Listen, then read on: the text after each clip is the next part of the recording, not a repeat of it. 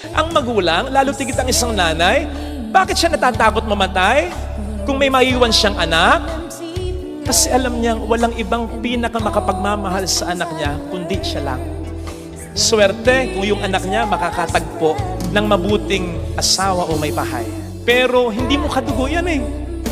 Kaya napakapalad ng ina at mamamatay siya ng payapa kung alam niya nagmamahal at nagmamalasakitan ang mga anak niya. Yan ang kaligayahan ng magulang na hindi mararamdaman kung walang anak na mag-a-adjust, magre-reach out, magbibigay. Sapagkat ang mga anak, ang mga magkakapatid, alam natin yan. Iba-iba yan. Hindi pare-pareho yan. Iba-iba rin ang pananaw. Kaya sigurado, may away. Iba-iba ng pananaw.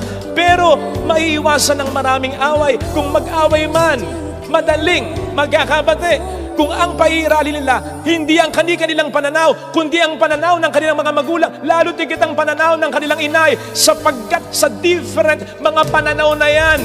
Simple lang ang pananaw ng isang inay. Iba-iba man kayo, mga anak ko kayo, magkakapatid kayo. Kaya wala kang karapatan bilang anak lang na sabihin mo sa iyong ina, wala akong kapatid na ganyan. Hindi ikaw magtatakda.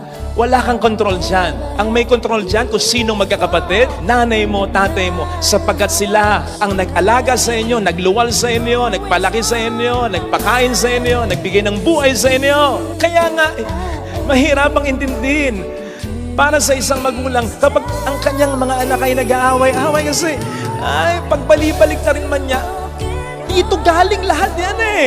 Sa pusod ko pinatid yung mga pusod niyan, kaya nga magkakapatid yan eh. Isa ng kinahain yan eh. Isa lang naging gatas yan eh. Mawiwindang ang magulang, lalo tigit ang isang ina. Kasi hindi niya madideny, magkakapatid kayo. Kasi mga anak niya kayo.